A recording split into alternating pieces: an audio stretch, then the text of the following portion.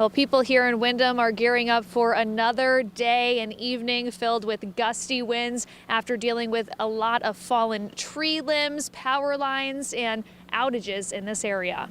Wind in Windham. So we got some lines across the roadways. We have trees that are tangled up in the power lines. Was forceful enough to take down several trees and power lines on Friday. A portion of Tuckey Road right off of Route 14 in Windham was closed for hours due to a tree that toppled over early Friday morning, taking wires down with it. Many people spent hours inside in the dark or ran into roadblocks outside.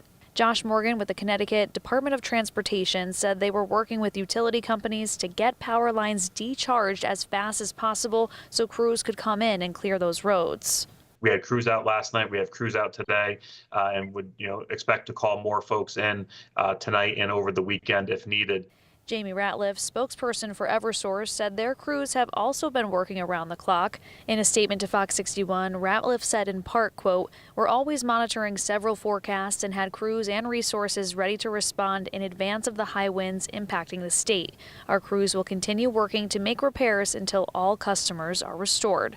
And while crews are out working, they emphasize your role in staying safe. Obviously, those roadway incidents that in central and eastern Connecticut, where we're reporting a lot of the road closures, don't attempt to drive around or under or through the debris, the power lines that are down. Just really unsafe.